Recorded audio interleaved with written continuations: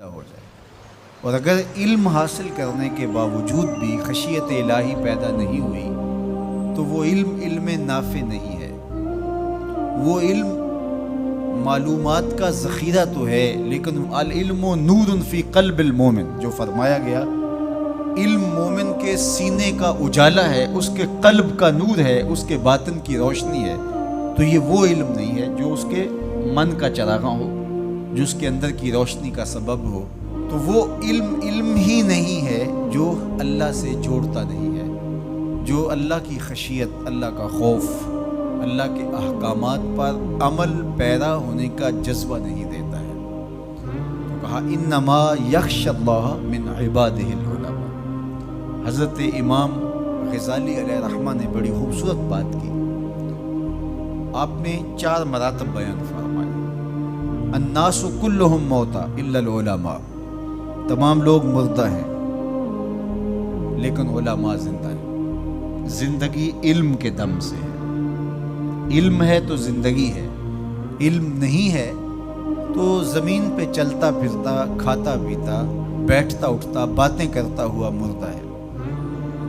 علم ہی حیات ہے، علم ہی زندگی ہے، علم ہی انسانیت کا جوہر ہے. جس طرح آسمان پہ آپ کو ستارے چمکتے ہوئے نظر آتے ہیں، زمین کے ستارے اہل علم ہیں. ان کے دم سے ظلمتیں چھٹتی ہیں، نور پھیلتا ہے اور بزم عالم کہکشاؤں کی طرح سجی ہوئی دکھائی دیتی ہے. علم کے چراغ بجھ جائیں تو دنیا کے اوپر اندھیرا چھا جائے.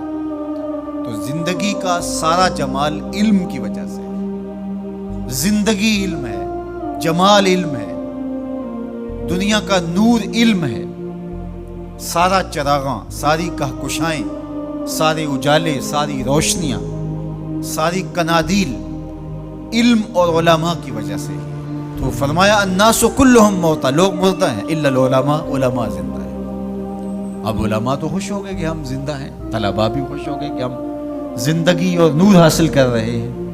لیکن امام غزالی نے دوسری بات کی، والعلماء کلہم نیام الا العاملین. علماء سوئے ہوئے ہیں، جاگتے وہ ہیں جو اپنے علم پہ عمل بھی کرتے ہیں.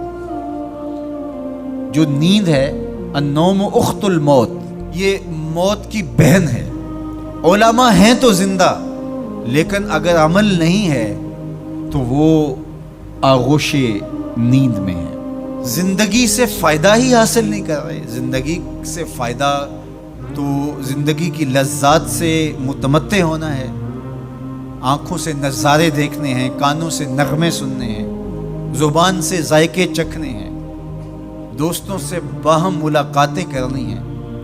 تو جب بندہ زندہ ہوگا تو یہ سب کچھ ہوگا. اور اگر زندہ ہے لیکن سویا ہوا ہے، بے ہوش ہے، کومے میں پڑا ہوا ہے، تو پھر وہ یہ سب کچھ حاصل نہیں کر پاتا. تو یہ اخت الموت ہے. تو کہا عالم زندہ ہیں، لوگ مردہ ہیں، لیکن فرمایا علماء بھی سوئے ہوئے ہیں، جاگتے وہ ہیں جو اپنے علم پہ عمل بھی کرتے ہیں. تو علم وہ نافع ہے جو عمل کے نور سے منور.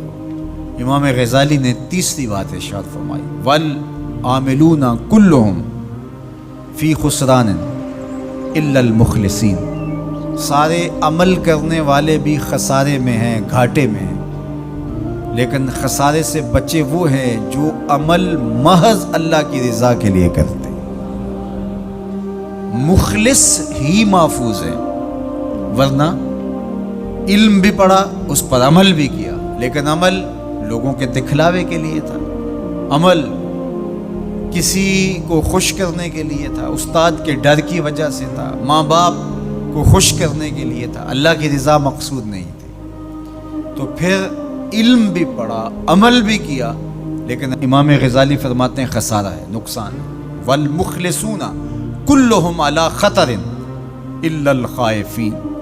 اور سارے مخلص بھی خطرے میں ہیں. جو مخلص ہیں، محض اللہ کی رضا کے لیے عمل کر رہے ہیں، وہ بھی خطرے میں ہیں، معرض خطر میں.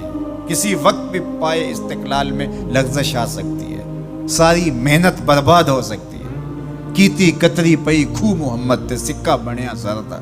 ہمارا تو حال یہ ہے کہ ہم بد عمل ہوں، زندگی خواہشات اور آرزوؤں کے ہجوم میں بسر کر رہے ہوں، اور جنت کے ہم ٹھیکیدار بنے ہوئے ہوتے ہیں. ہم کہتے ہیں کہ بس ہم تو سیدھے جنت میں جائیں گے. حجبت الجنت بالمکارہ وحجبت النار بالشہوات.